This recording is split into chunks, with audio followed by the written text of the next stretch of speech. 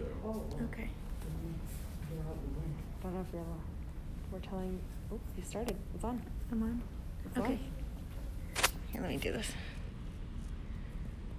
How do I tell if there's people? Oh, look. Yeah, they come on. Okay. You're live now. Oh, look, a bunch of other I think people. they're seeing Hi, you. everybody. Ah, this is Everybody's awesome. joining. Hi, everybody.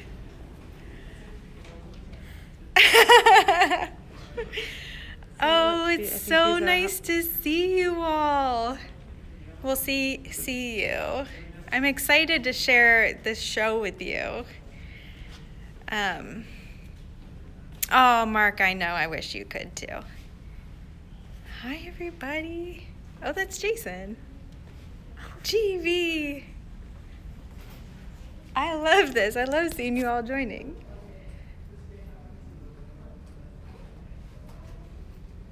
So just so you all know, this is my sister, Erin. Hey, everyone.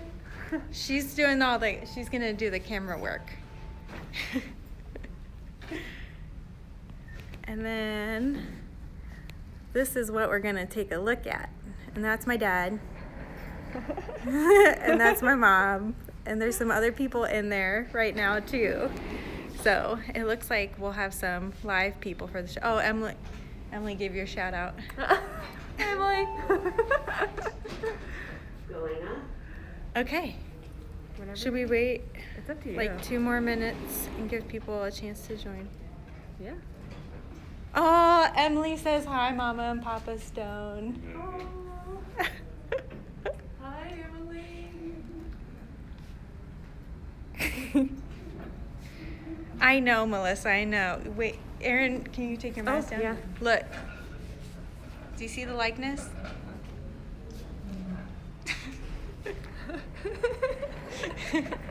So it's a whole family affair here tonight, and I'm so happy that I can share this with my family, but I'm also really glad that I can share it with you all.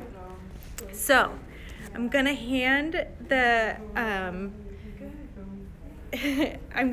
this camera over to my sister, but I want you to know, feel free to ask questions as I'm walking through. So I'm gonna talk about the show overall, and then I'll walk through each piece individually. And so if you have questions, throw them in here, and Erin hopefully will be able to keep up and let me know your questions so that I can answer them. Okay, so let's get started. I think it recorded. Okay, how is that? Good? Yeah. Okay. So this is the show, So It Seems, and well, basically the overall premise of my thesis is I'm looking at the relationship between memory and perspective. So how does the way that we remember things play into our autobiography and the autobiographical narratives we tell ourselves. So let's take a look.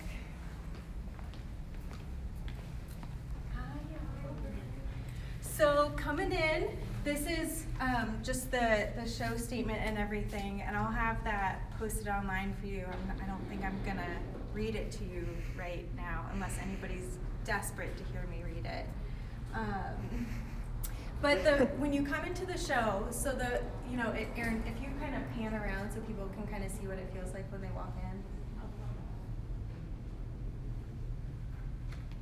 So yeah, so when you come into the show, you get a kind of a good feel, you get a good sight line, and you can see everything that's going on. And my hope is that when people come see the show, they have this space to take in the different pieces. It's important to me that you experience the pieces in the round, because when I work with this idea that perspectives can change, and based on your perspective, information can change, I actually embed that into the sculpture. So when you see a piece from this angle and you walk around it, there are different things that are revealed or concealed. And so you as the viewer have to engage your own memory and remember, what did I just see and how does that relate to what I'm seeing now, and things like that. So this piece, for example, Erin, if you circle with me, this piece is called Louetta the Steward version 2. So Louetta is my great grandmother on my dad's side, and I was lucky enough to meet her, and I do have memories of her. And in our family, she is an example of stewardship. She's somebody who always took care of those around her, and she was always taking care of our family. And I remember her house as being a welcoming place, and her just loving us, her great grandkids. So she's somebody who I think a lot about in terms of my identity, and is based in our family values, and she is part of an example of those family values. So, in our family, we've got a history of service and compassion and taking care of others, and she did that, and she's the example for that. So this is a likeness I sculpted of her, and then I've brought in all these other elements. So, just like our memories are essentially approximations, that's how I choose the objects. All the found objects you'll see in this show are things that I'm attracted to because they spark some sort of memory or feeling in me. So for example, this lamp that I have embedded in here feels familiar to me, and I'm not sure if it's like true, if she had a lamp like this. I honestly don't remember that detail, but I have this association. So I have this lamp, and if you come around, you can see it's embedded in this wax. Yeah, good, get that detail. And then there's a placemat, and so this is bringing in all these feelings of home and domestic space that I remember about her. And so when I pair the wax with ceramic, for me that brings up all these conversations about time. And ceramic is this material that will last forever and it's durable, whereas wax is something that is very temporary. And in this sculpture, so if you look at it from the front, it looks like her, but then you come around the back and there's all this negative space in the back of her head. And that's because I'm thinking about the different ways we know information or don't know it. So for example, from a photograph, you see the front of a person, but then how do we fill in the rest of them? And so leaving that space helps me ask that question. And actually in this space, I know you can't experience it on Instagram. We don't have smell-o-vision yet, but I have scented wax embedded in the back of her head here, and it's a scent that I crafted based on, I call it burning neon strawberry, and it's based on the scent of melted lip smackers, like strawberry lip smackers, the chapstick, and a caboodles kit. I don't know if you all remember these, but they're these Yes. plastic makeup kits from when I was a kid. And so it's I tried to capture the smell of plastic getting a little too hot because it sat in the car window for too long, and there was a forgotten chapstick in there that melted. And so it's kind of this sort of dry, dusty, warm smell, but also this artificial plasticky strawberry smell. So that's Louetta the Steward version 2. And so then we move from the bust as we're going through the show, we move into, this is a life-size figure, and these full-scale figures are something that are pretty new for me. I really haven't done a lot of these. And this is actually a self-portrait, which I think is the first self-portrait I've done maybe not ever. I'm sure I've sculpted other self-portraits, but this is the first one I remember doing in a long, long time. And so this is called She and I, from Stories About Myself. And this is thinking about research I've done into memory and the psychology of memory, and how in some memories you recall them in third person, and in other memories you remember them from first person. And there's a lot of research out there about, how, why you might remember something in those different perspectives or from those different points of view. But I felt like since this is a show about me and my memories, it made sense to bring my very personal perspective into it. And so the composition for this piece came out of my thinking about dolls and how we use dolls. When I was a kid, I totally loved playing with them. But in a broader, more cultural sense, dolls are used to teach values and customs and things like that. And kids also use dolls to practice things, right? Like they act out situations in life, and that's a way for kids to process things. And so I started to wonder, what would a doll look like if I made it about myself? What could a doll about myself teach me about my life and my experiences? And so, all of my work is rooted in questions like this. And I find kind of sculpting the questions helps me understand them and find the layers to them. So I have this self-portrait, and I've brought in these textiles from different domestic spaces. So this is a couch textile, which it reminds me, it's not quite it, but it reminds me of a couch we had in the first house I remember in Illinois.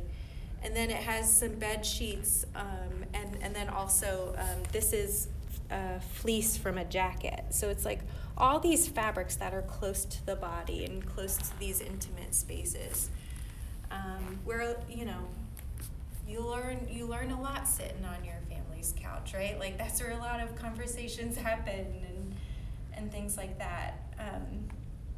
And I've also been thinking a lot too about absence and how absence can be in the sculpture and part of the sculpture. And so I included this is a cast of my leg. And so in this way, this cast has documented a moment in my life, right? My leg doesn't look like this today.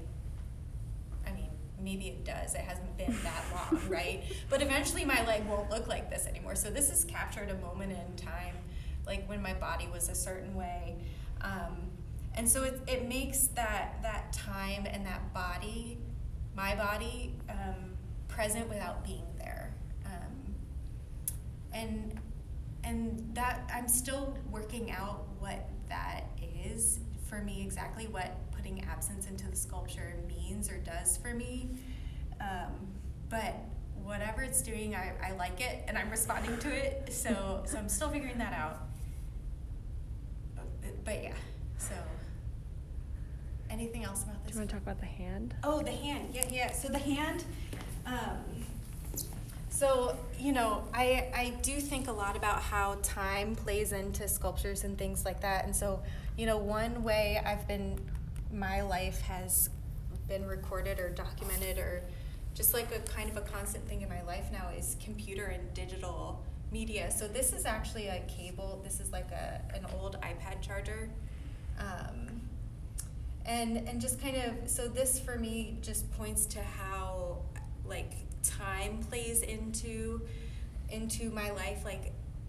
So it starts with sort of this old family couch that, this fabric feels a little retro or vintage or something, right?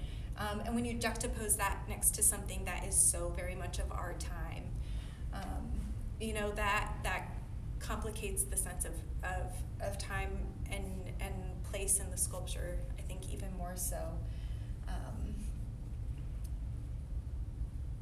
Yeah. Whose hand is that? So thank you, Erin. So this hand is a hand I sculpted. Our grandfather had Alzheimer's, and I remember at one point,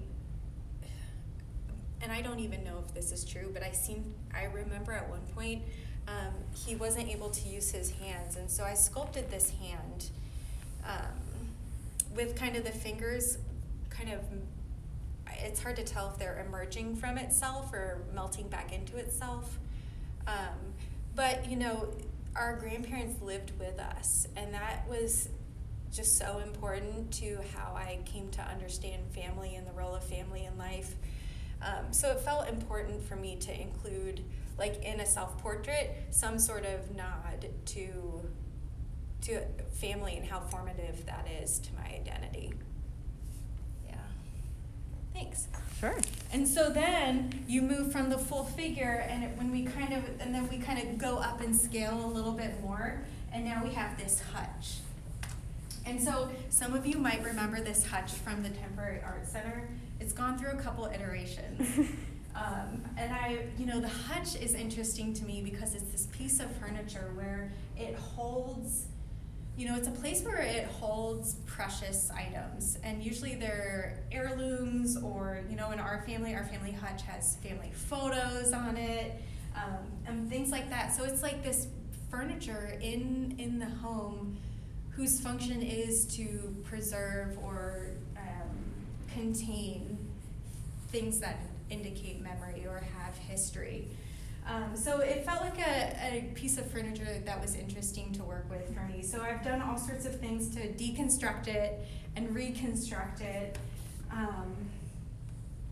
And I hated this for a long time. I wasn't sure it would make it into my show, but my committee convinced me to keep working on it, and I'm so glad that they did, because I've learned a lot from doing this.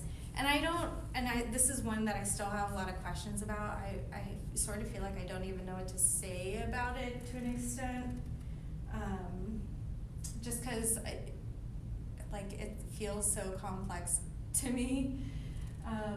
But there are some things happening in this that I'm really attracted to. So for example, this is a space where I cast the cabinet.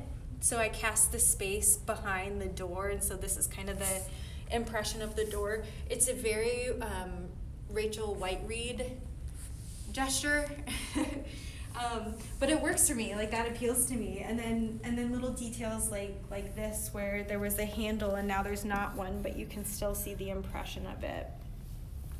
And then just pulling in all these other references to domestic spaces and domestic houses, but then I also have things here, like if you come around to this side, like this chair and this IKEA table change the time frame, right? Like this hutch is very sort of it's not mid-century but older, right? Kourtney, somebody's asking to show the secret surprise inside. Who's asking that? Our elf. Oh, Rachel. Okay, I will show you. So bringing in these pieces of modern furniture, I like that conversation about time and material even. This is beautiful wood, beautifully crafted wood furniture next to this IKEA piece which has cardboard in it. So that was kind of a crazy thing to cut open a table and find cardboard. I think so. Just kind of thinking about things that are the part of what I like about fragmentation, and this is a shout out to Doug Jack who helped me put this into words. Part of what I like about fragmentation is, it's not always clear if something is coming apart or coming together. And so I think that's what I like about this is, some parts are definitely coming apart and some parts are coming together. And so I think that's kind of the lesson for me in this, maybe. But if you come around here, this is the little secret, Rachel. So I embedded a music box in this. And this is, I think, the secret Rachel's talking about. So you can give it a little twist.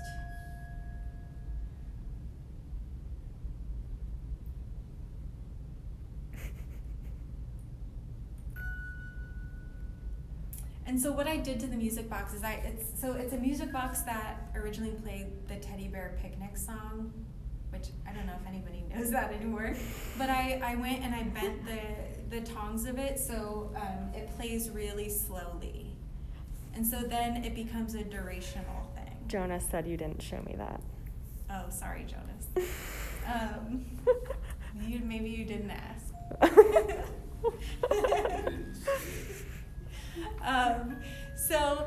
So we come from this, so we've gone from like a bust to a full-size figure to a large piece of furniture, and then when you turn around, I have this other shift in scale.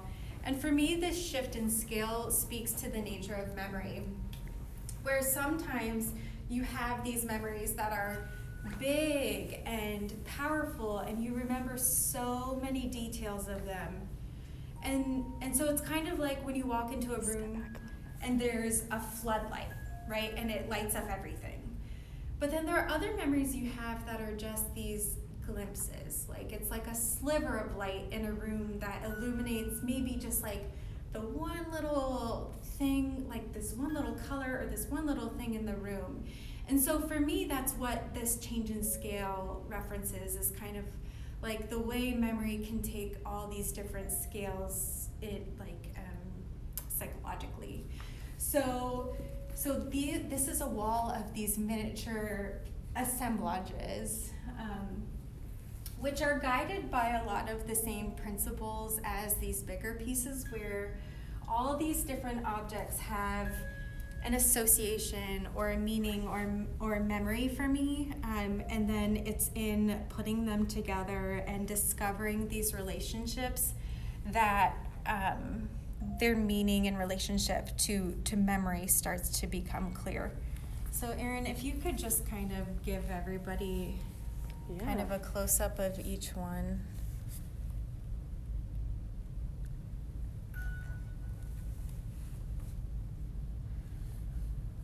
So little pieces like this, so I'll talk a little bit about the materials. So I've got ceramic here, and then kitchen linoleum, and brass, and then this is kiln cast glass, actually. And one reason that I love using glass is because it's something that we often associate with fragility and transparency, but when you cast it, it's it's glass, so it's still pretty fragile, but it loses a lot of the transparency. Can be obscured by how thick or thin the cast is. And so that's one reason that I really like to work with glass.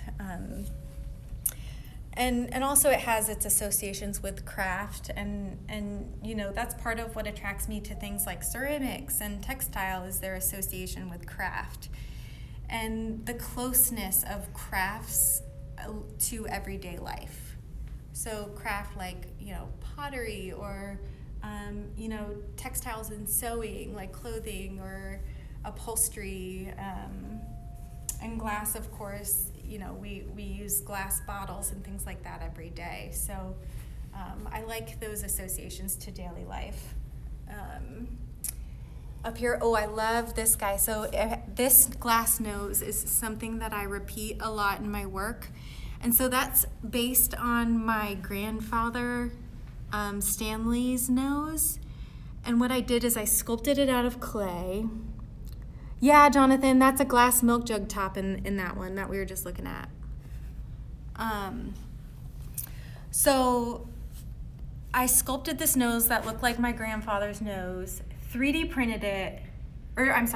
scanned it, and then 3D printed it in clay, and then took a mold of that. And for me, this process of translation with digital media, like from hand sculpted to 3D scanned to 3D printed to a mold and then a cast in a different material, like these layers of translation for me speak to translation of information through generations.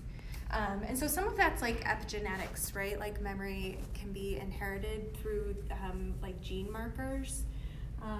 But some of that too is just like DNA things. Like I totally have a family nose and a family toe.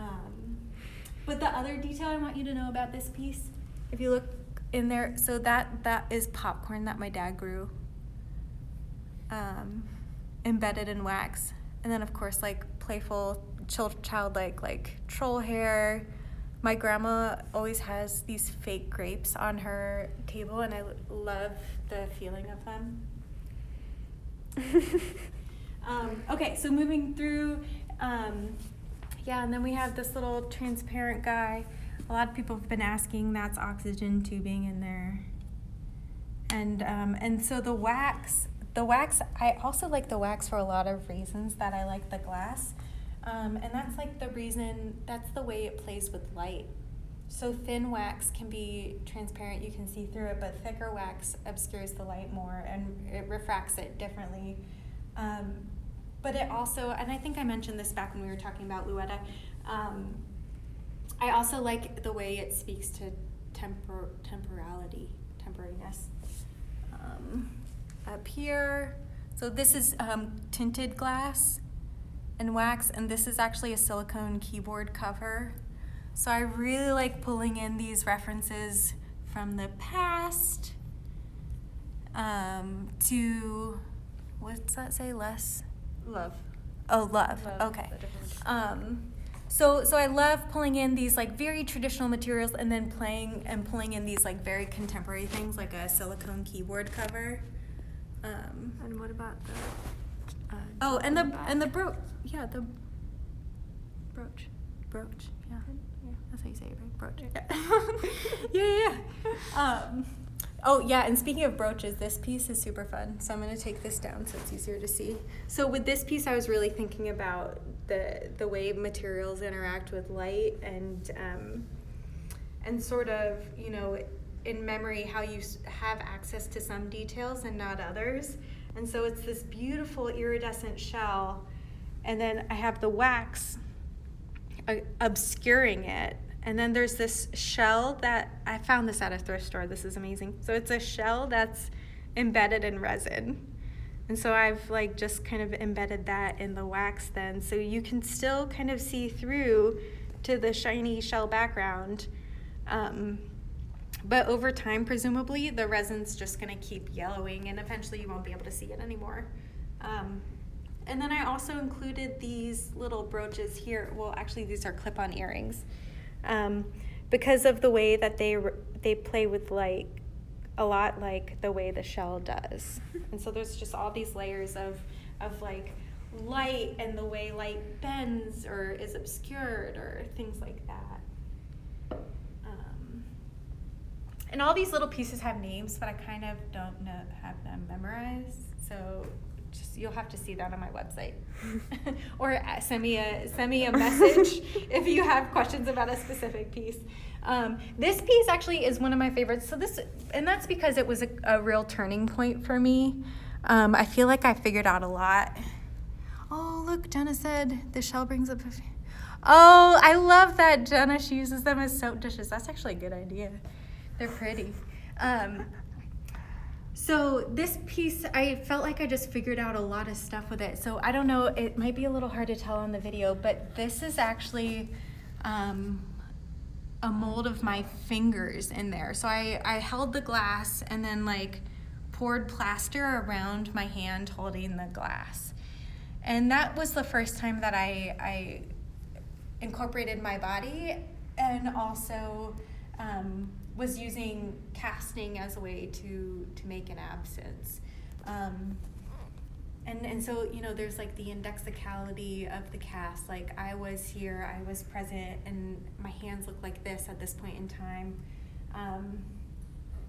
Shout out to Mom. This is my mom has these wine glasses, and she always thinks one's missing. I didn't steal this one. I found this in a thrift store. Just for the record. But again, these are those noses that I was talking about, like my grandpa's noses that were 3D printed and then cast. And so I've embedded those in a series. And then that's actually part of my a self-portrait. So yeah, so just moving through, you know, having these wall pieces. I like the idea of pieces not always being as beholden to gravity as like sitting on a shelf, right? So the wall piece helps break from that. I don't know what that means. So this one, oops. So this is a piece that deals a little bit with my grandfather too. So this is like a loose portrait of his face. Like when I'm sculpting these portraits, sometimes I stay very close to the references that I can get from photographs, and sometimes I abandon the photographs at a certain point and just sculpt from memory, and this is one that I sculpted from memory. But it's just kind of thinking about like, you know, like with the door hinge and the lens, the magnifying lens, just thinking about different types of access and ways we do or do not have access to memories. And this is actually a videotape, VHS tape. I don't know if you kids remember those. It's a VHS tape of Heidi, which is this story about this girl who is best friends with her grandpa, and we used to watch it.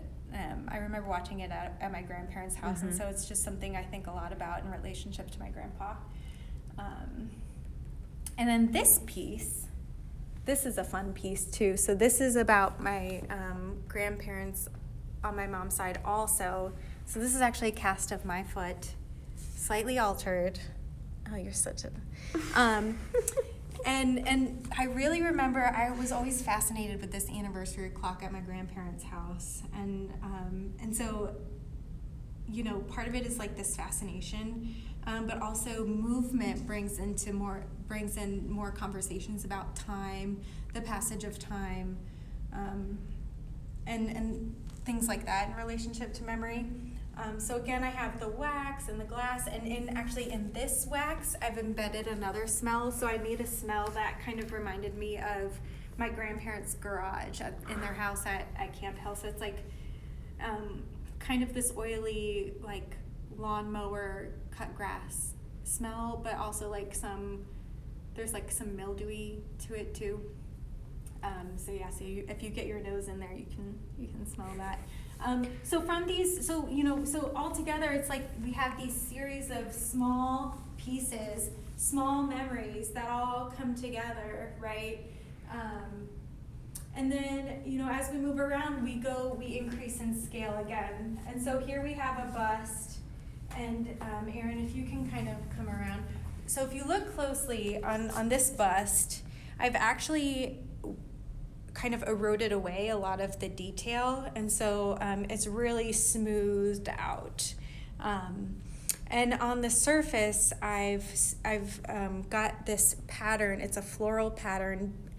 So this person is my great grandfather, who I don't have memories of, but I do remember the couch in his house, and so I've mined old family photographs and made a screen of the couch pattern, and then I printed that pattern on him.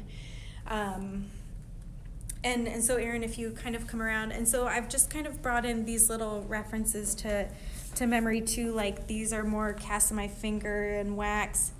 The AstroTurf that makes an appearance is because I remember they had AstroTurf in their house, and that's like this really intense, like, haptic memory for me.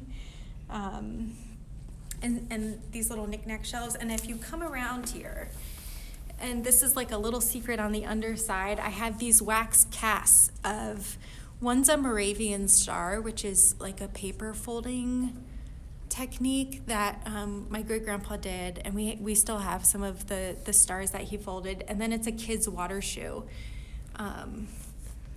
And I have this really intense memory of cutting my foot at their house, and then we went to the beach and I had to wear water shoes, and I was so mad about it. And I'm pretty sure my toenail fell off from like hurting my toe at their house. No, do you remember that? Yeah, my parents are nodding, they remember that, so that's the thing that happened. That's the thing, I've spent so much time thinking about these memories that I don't always know if they actually happened. So yeah, so that's and so this piece is pretty new, and I'm still learning a lot from this one. So if you have questions, throw them out there, but I'm not sure what else to say about it. So we'll just keep going. So we go from the bust then over here to another full-size figure. So again, the shift in scale and everything, and so this piece is called The Women on My Mom's Side. And so with this piece, I'm thinking a lot about, sort of what I've inherited from the family on my mom's side. And I don't always feel like I know them quite as well as I know the family on my dad's side, but to me that kind of just that makes me turn inward and think about what are the things that I know and have or see, what memories do I seem to have inherited maybe that I would attribute to them. And it's things my grandma taught me how to crochet, and I felt like I picked it up pretty quickly and easily. My hands always knew how to do it. And so I imagined these lines of women, my great grandmother, and then my grandmother, and then my mom, and then me, and the way this knowledge of how to crochet got handed down, and it was just already in my hands because the women who came before me did it. And I know that's wild and crazy, and that's not how it works, but I like the poetry of questions and imaginings like this. So if you want to zoom in, Aaron, this is Aaron's foot. So that's a cast of my sister's foot with a cast of my foot. And so for me, that repetition, it's kind of about things moving and time, but it's also about, multiple presences and people. And, feet are one of the family traits. We all have this very specific foot shape. And so, as we kind of come through, right, I have this leg that's made of ceramic and a fence post, and then it's upholstered. These are sweaters, and these are sweater fabrics that I recall my grandmother wearing, which I don't know. Again, I can't attest the accuracy of these, but it's things that I think I remember. And then the couch upholstery again, the approximation. And then this is a likeness of my grandmother. And this is one of those portraits where I abandoned the photos about halfway through and just started sculpting from memory. And honestly, this piece is, out of all the pieces in the show, I think this might be the one that makes me the most uncomfortable. I surprised myself with it. Which I think is a good thing. I think it's a good thing for an artist to be uncomfortable, and I think it's a good thing that, I'm able to do that with these questions, that I'm able to dig deep enough and go to a place I didn't expect or plan to go. But it's something about the fragmentation of the face I find really unsettling. But I think that's okay. I'm gonna live with that and think about what that has to, what is that saying to me. This just goes back to a lot of tactile associations that I have with my mom's side of the family. So my grandmother lived with us. We were really lucky to have that, and so that's things like the carpet help me remember her living with us. And if you go around the back, there are also all these little things like the seashells or things I associate with her, and deviled eggs. Or this thing in my family, we love deviled eggs, and she loved them. And the linoleum, that's kitchen linoleum. This is cast glass. And I'm bringing in this cast glass as a reference to a halo. And so for me, the halo speaks to a couple things. One, she was Catholic, and so saints are definitely part of that inheritance. But also, I think halos speak to, when you give somebody sainthood, when you, that becomes part of the story and part of their characterization, and so that sort of reference for a person becomes part of the narrative, and so I felt like it was important to put that into this sculpture. Okay, and so then, we kind of circle around up here, and this is the last sculpture in the space that I haven't talked about. And so this one is called Through Family Lines. And so here I've kind of shifted attention from my mom's side of the family to my dad's side of the family. And so this is actually, this is Daryl again. So we looked at the bust earlier of my great-grandpa, and this is him again. But with that, I've covered him in that AstroTurf now. And so there's, again, we're back to this idea of translation and how information changes based on maybe material in this case, or the way it's produced. And so this is quilted in AstroTurf. And it felt important to me to, in thinking about the convention of the bust, we use busts in our society to tell cultural stories, right? Like, we use busts to memorialize somebody or to honor somebody. And so I've been thinking a lot about using that in my work too, because the bust is also a sort of fragmentation. It's not a complete figure, and so what is that? So in playing with the bust convention, I decided to forget the plinth or the pedestal that it's usually on, and so that's why it's suspended, is to kind of take away that sort of weight or gravity and this, the gravitas of it. And so now he's suspended, right? He's suspended in space, and so taking it to that place, then I can kind of play with well, what is underneath it, or what is it doing? And so, so with the glass here, I'm playing with, I've got this lightning cable here holding it on, and so thinking about how information, it used to be, you learned about family through family stories, and then we had photographs, and now we have digital record. So it felt important to bring in that reference to the digital age. And so then I have this really polished glass, again, sort of a halo reference, because Daryl Stone is an important figure in our family. He's again, sort of like how I was talking about my great-grandmother, he's somebody else who's an example of stewardship and goodness. And so he's held up in our family as an example of somebody to be like. And so I'm incorporating these casts. So this is a cast of my dad's hand, and this is a cast of my grandpa's hand, and then my brother's hand. And so it's these 4 generations, and these are the lenses through which I've learned about my great-grandfather. I've learned about my great-grandfather through hearing my dad and his siblings and my grandpa talk about him. And so what does it mean to know somebody through the stories of other people? I don't have an answer to that, but that's a question that this sculpture is helping me ask.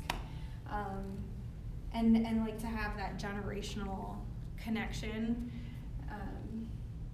And so, again, the phone cord and doorknob are just different ways for me to talk about the ways information gets passed through or passed on to people. And so that's through family lines. And Erin, if you just kind of come back here, and if you would just kind of pan for the people.